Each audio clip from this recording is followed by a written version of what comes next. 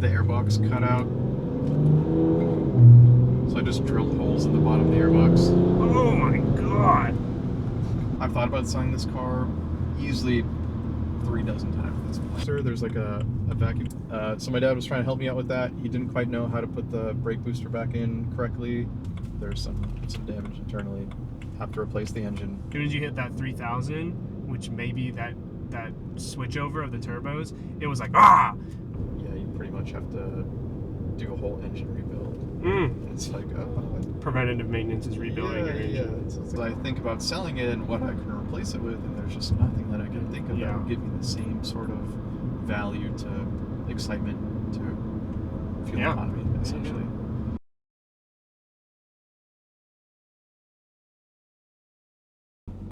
Some variation, yeah. Yeah, no worries. Yeah, I think out this way will be okay.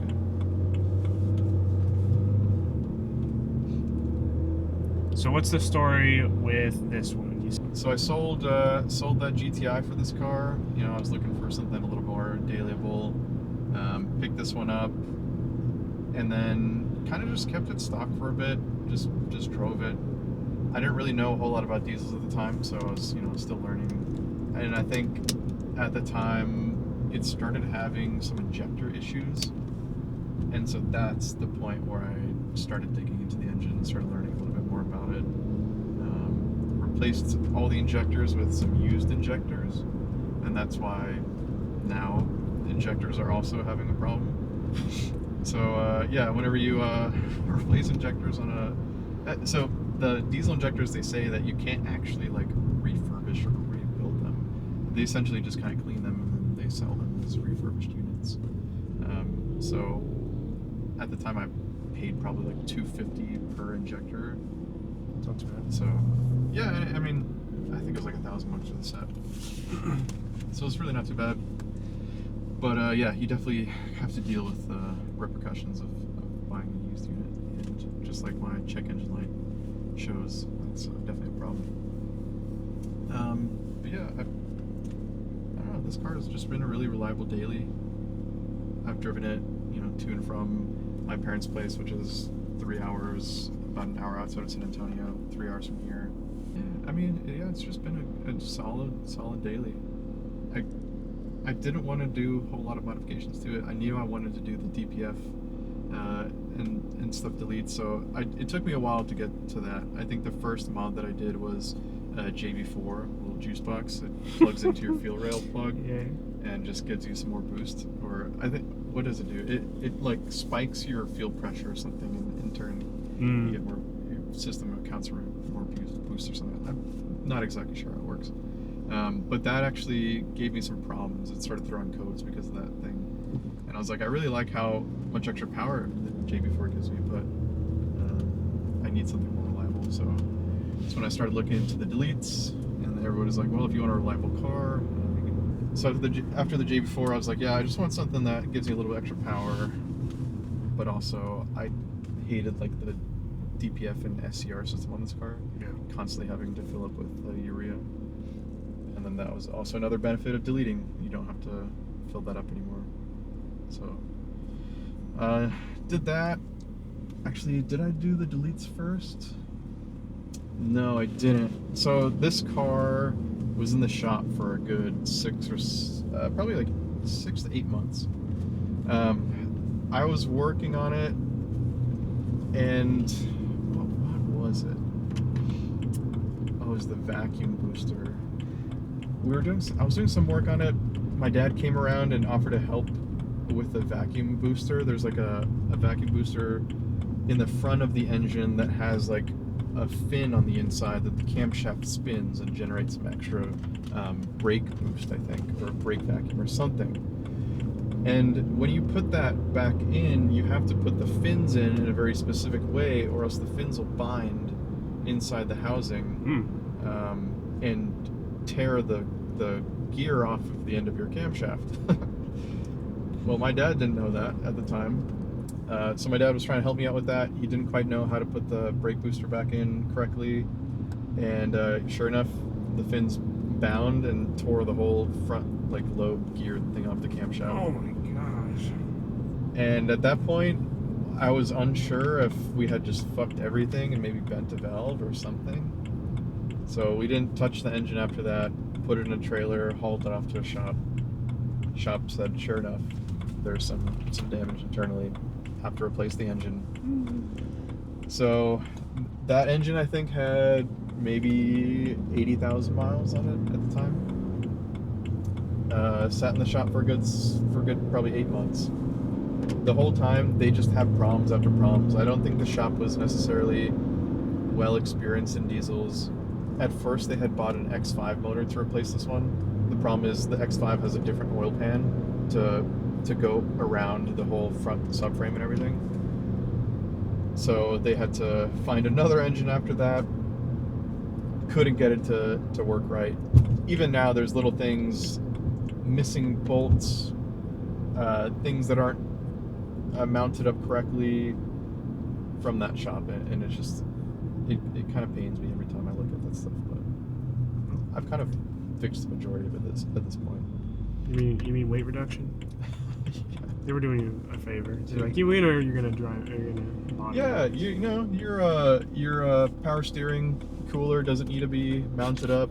Zip ties are cool, you know. Intake manifold doesn't need the number 6 bolt in it. No, it makes it easier for next time. Yeah. It's coming off again anyways, when you have to replace that starter. Right, yeah. So, continuing on the mods though, you were talking about, you know, it's obviously very low. So what suspension work have you done? We've got the tune, we've got the delete. What else? I don't know if we finished mods. Yeah, so I've got H&R lowering springs. That's pretty much it as far as suspension goes. I've just replaced the 2 front shocks with some Sachs replacement OEM shocks. Very nice. So yeah, nothing crazy. I never really was interested in tracking or doing performance driving in the car. In fact, the springs are probably like kind of old and tired at this point, and it's a big reason why I rub a whole lot. I used to have spacers on the car. The spacers definitely made me rub just about everywhere. Yeah. Which is something I was fine with. Like my old GTI was dumped on static coils, and I scraped everywhere. I was cool with that. It was kind of just part of like the culture of having a low car, you know, like you just do stupid shit. But now that I'm older and wiser, wanna yeah, for sure, I want to be able to drive in South Austin, you know. and You gotta have I can 100% car attest to that. suspension for sure. Are they just the sport springs, super sports? H&R Sports, yeah. I think it's like maybe an inch of lowering Yeah. or something like that. Yeah, nothing too crazy. So yeah, got that. The ABC deletes, ZMD tune. Haven't touched really anything else. Just maintenance items, making sure, you know, vacuum and cooling and all that kind of stuff is just reliable and up to date. Do the tunes, not the transmission, but the engine tunes, because this one was tuned as well, correct? Yep. Are there any differences between this and the X5? So does this one like make any more power? Just No, same tune, yeah. Exact Same same. exact tune, yeah. In fact, I messaged the guy, Dimitri from ZMD. I was like, hey, it's like I just bought this X5. I have the exact same setup. I just want the exact same thing. And yeah, it's great. I mean, it's super easy to flash, and you just connect it up. Your remote's into your computer, and it's done. But yeah, pretty much the same setup. The only difference is I've recently replaced the turbo cores in the X5. right. And then all the oil lines in the X5 as well, because there are some oil leaks there. Do these have different turbos versus the petrol versions? Like, do they have the same wastegate rattles or anything? I think they're different turbos. In fact, I was talking to my stepbrother the other day, and he was saying that he's planning on doing some turbo upgrades on his, and yeah, I think they're different. I think these, I don't want to say anything wrong because I'm not 100% sure, but do believe they're different, because I think the 6-cylinder, the petrol, is a true twin turbo setup, right? Or is it also a sequential? N54 is not my wheelhouse. I'm familiar with N55s, but that goes back to a single, so Okay. couldn't tell you. Yeah, I'm not 100% sure. I do know for sure it is a sequential, so it's got a smaller turbo in lower RPMs, and then it switches over into the bigger turbo when you get into power band. No problems on these turbos so far. Just everything around, all the seals, oil lines, and things like that. Oh, the turbo noise is crazy. I have the airbox cut out, so I just drilled holes in the bottom of the airbox. Oh my god! She's got some torque. The N54 was tuned to stage 2 plus or whatever. I don't know what NHD calls it. And that boost hit you like boom. Yeah. But this is a wave. Yeah. You know, you just rolls on. feel through that entire rev range. Like that one, like as soon as you hit that 3000, which may be that switchover of the turbos, it was like ah. I was like. That scared me. That one scared me for sure. Because that one pushes out, I would probably assume the same torque-ish. Because she was saying it was like 450 horsepower. So, I know those things make a lot of torque too, but I don't know, let's call it 450. But I guess because that second turbo kicks in or something, it just hits you instead of more of like a linearity. Yeah, I've never ridden or driven an N54, so I can't make a comparison, but I'd imagine it's probably a lot more responsive on the petrol motors. I mean, nothing jumped out immediately to me in terms of differences, like with throttle response, with even the transmission tuning, because they also have the same transmission. They feel so comparable because again they're both tuned, they're both twin turbos. I could not tell you a difference between the two other than just the noise. This sounds like a diesel, that one sounds like a gas. So when you were looking for this car, what were the considerations there? Was it just that this one landed in your lap? Again, what was I think it was just kind of a meeting or an alignment of the stars a little bit, I guess, for this one. I was just looking for something that gave me the same kind of feeling that the GTI did. Not fast, but gives me some sort of thrill from stoplight to stoplight. Like, I'm not looking for a track car to make time or anything like that. I'm just want to have some sort of excitement in the car. It needs to be reliable somewhat. The GTI was not a reliable car, but it was fine for what it does. The BMW, in fact, is probably a lot more reliable than the GTI, so that was a big plus. Looking for something that had trunk space. I was looking for a 4-door at the time because the GTI was a 2-door, and carrying around anybody was a huge pain. Like, the backseat was just so small. So actually having a backseat here, even though this one is still pretty small, it's pretty usable. It's very usable. The trunk space is nice. I don't like how there's no pass-through. This doesn't have the fold down? No, that sucks. And then, so I looked at a lot of BMWs. I really love like Subarus and WRXs. I was looking at those too. I was looking at Mercedes, the AMGs, the 45 AMGs, whatever those are. Or sorry, C63 AMGs. Oh. The sedans. Okay. Yeah. But again, those they felt really like kind of cheap and old and worn out to me. So I kind of just landed on this one. I forgot where I got it from. I think it was called like JD Motors out on it's like out by the Volkswagen dealership. But they had this one. Oh, they also had a Porsche Cayman. So that was about to be the car that I bought. It was a purple, I think it was a 2010 Porsche Cayman, 60,000 miles on it. It was awesome, man. I love that car. It was a really good deal at the time too. I think it was for 16 grand. But I started reading about the service that you have to start doing to those cars at like 100,000 miles, and it's like, you pretty much have to do a whole engine rebuild. And it's like, preventative maintenance is rebuilding your engine. Yeah. It's like, I don't really want to spend 20 grand on the car on top of what I'm already paying. So that's what got me into that dealer. They had a lot of other really interesting things. They had things like, I'm not super familiar with Audis, but the V8 Audi of like the 2010 generation. an RS V8 or just a regular, like a... I think it was an RS. RS. Yeah, the first generation RS5 had a V8 until they switched to that twin turbo setup. Okay. And those things are cool too. Like, I love that, but also, you do research and you find a lot of issues and reliability problems with those things. And then, so yeah, came across this car. It just happened to be at a really good price too.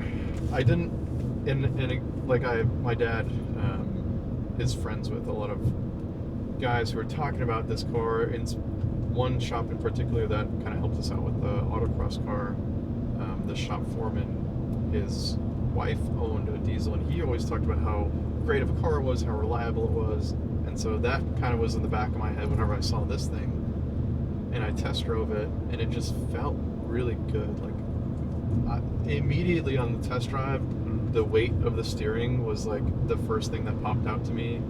Just the amount of power it had, it just felt solid. Like, it felt really well put together, especially compared to the GTI. It felt like a huge upgrade to that Golf. And so I was like, yeah, man, that's an awesome car. It was listed for 14. It's a really great price. Like, at the time, interest rates were like almost non-existent. So like, I got the car for a really good deal, and yeah, it's just 6 years later, man. I have no reason to get rid of it, and every time I try to think of selling it, I always psych myself out of it. What generation was your Golf? A Mark V. That's a good one. Little wow, I'm forgetting a lot of things about that car. I forgot what engine it was, but it was a little 2-liter turbo. I had APR Stage 2 on it. It was great. I had BC Racing coilovers on it. Had all the bushings and stuff done to it. It was essentially set up to be a track car, but driving it on the street just kind of made it feel like a shitty car, which is kind of the trope, right? Is like, young people, they want to modify their cars in a extravagant way or make it feel and look like a race car, but then you realize that it just completely ruins the car. And that's just also the enthusiast thing to do, right? You turn your daily to a track car, you get a new daily, you 100%. Turn your daily to a track car, 100%. Then you have 7 BMWs, you're trying to do a stroker. It just all happens, yeah, suddenly. Suddenly? This was 7-8 years. Nah, I mean, hey, before you know it, your whole driveway's filled up. That is a good problem to have. Well, it seems, and it is a little wild, I think, to try to maintain and have a fleet of cars like this. Once you learn about the platforms, it just becomes like Legos, and that's kind of the way that the older BMWs were made back in the day. Like, every chassis had every engine package, and the mounting points all kind of line up. So theoretically, you could just swap anything into anything. Yeah. But like I'm finding with that Z3, there's just little bits and details that make it a lot more complex than you think. But like, having the experience of the 335 led me to owning the X5. If I had to have something else that wasn't a diesel, I honestly think it would be much harder to own, much more expensive to own, just because I'm keeping up with a completely different platform. Right. I have to keep spares for something completely different. I have to learn something completely different. So ultimately, I do own a lot of things, but it feels like I kind of just own like 2 things, because I'm only really working on 2 different kind of platforms. And again, there's not much you can upgrade from this if you want like a direct competitor. One car that I'm waiting for to be able to import is, and they make literally 0 of them. I mean, like, it's so hard to find, but a Panamera diesel, oh my god, would be so much fun. And they made under like 500 in manuals. So finding a V6 or a V8 in manual and then finding that in a diesel, impossible. But if you watch Misha on the Nürburgring, he did one, a V6 manual. I don't remember if his was a diesel. That thing had like 290,000 miles on it, but the dude loved it, You get that Porsche engineering, the handling, VAG Lego-ness, they're gonna run forever. You know. I think that would be my next step up. I've thought about selling this car easily 3 dozen times at this point. Like, oh my gosh. you get to a point where you're like, it becomes a boring car. It's still fun to drive. I still really like it, but it does become a boring car. Like, especially like I have 3 track cars, right? I have like the 5 Series, which is like just a nice like cruiser car. Like, I don't really need something like this anymore. But the only reason why I keep it is because I think about selling it and what I can replace it with, and there's just nothing that I can think of that would give me the same sort of value to excitement to fuel economy, essentially. I think the only thing that I would want to move up into is probably like a newer M2, or something like a Porsche, like a cheaper Porsche Cayman or something like that. Like, I feel like that'd be the only car that would make me feel like I'm getting an upgrade. Because like even modern day BMWs, like I get into them and they just don't feel as well put together. They feel like maybe more extravagant because they have like a cooler style and everything going on. They're using like different materials like carbon fiber. I have this like shitty vinyl wrap on my like wood because I don't like the look of that old brown wood. But I can't get myself to be excited about the newer cars. Yeah. When I think about the amount of performance that you can get out of something like an M2, then I'm like, maybe that could be a potential.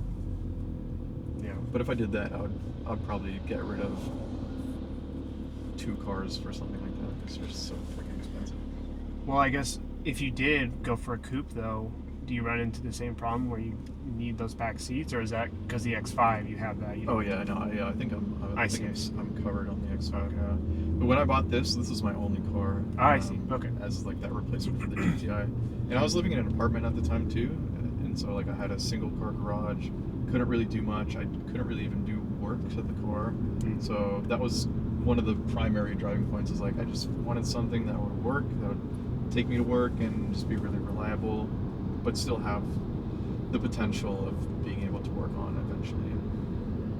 And now that I have that ability, now I'm like, I don't really want to invest a whole lot more money into this car because the value of these things aren't really climbing as I thought they would. Yeah. For how, I wouldn't maybe say rare, but they are rare-ish in terms of the E90s.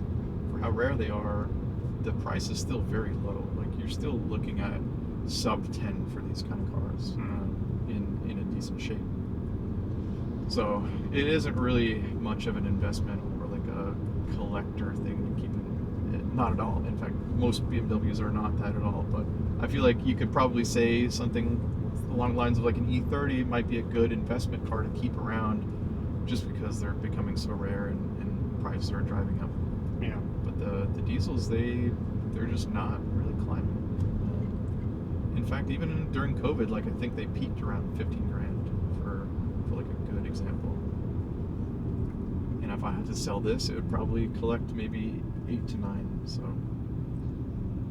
I think that's more of an E90 thing as well, rather than a diesel thing. E90s are still not as appreciated as, say, the E46, and you have a more daily friendly with the F30. for sure. Having driven my F32, that was my first BMW.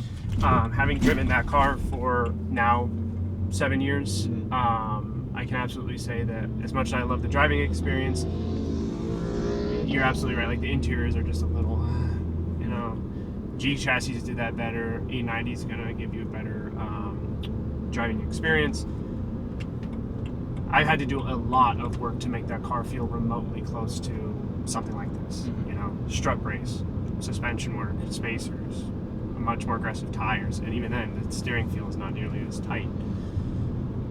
So I think it's just a matter of time before E90s then appreciate.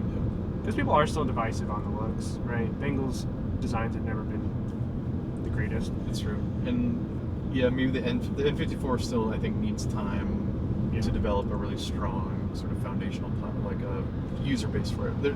I think a lot of people are starting to get into it now and realizing that it's a really good platform.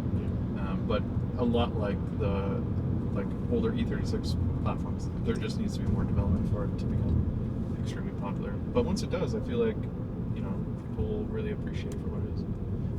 But at the very least, the diesels have hit a bottom. Like, I don't think they're going below 8 to 10. Like, and you'll see examples that are cheaper than that just because of maintenance items or whatever. But much better. yeah, I feel like a good example is going to be still sticking around 8 to 10 for a long time.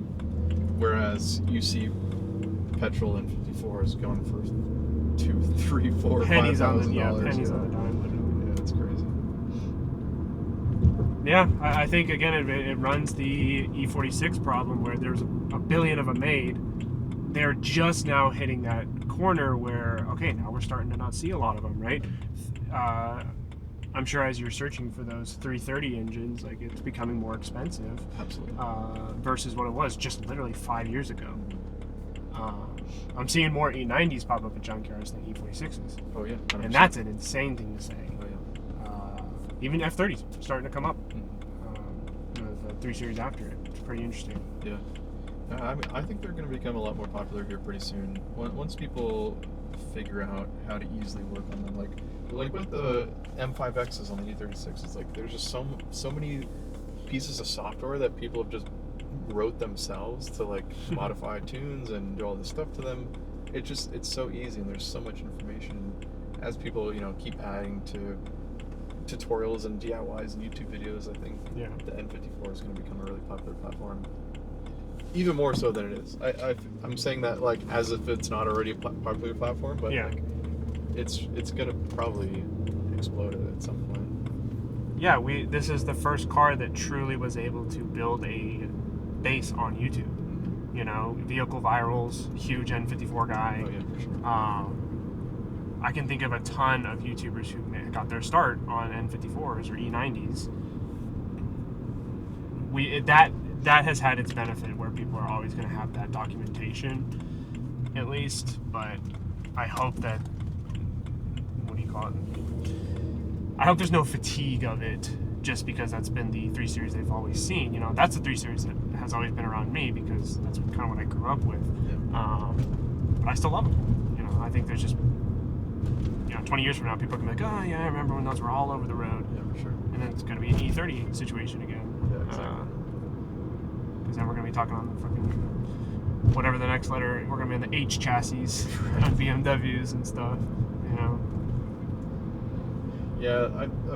Yeah, approachable, affordable sports cars, and using sports cars is a very loose term, but performance-oriented cars, right? Yeah, cars that people want to get into, modify.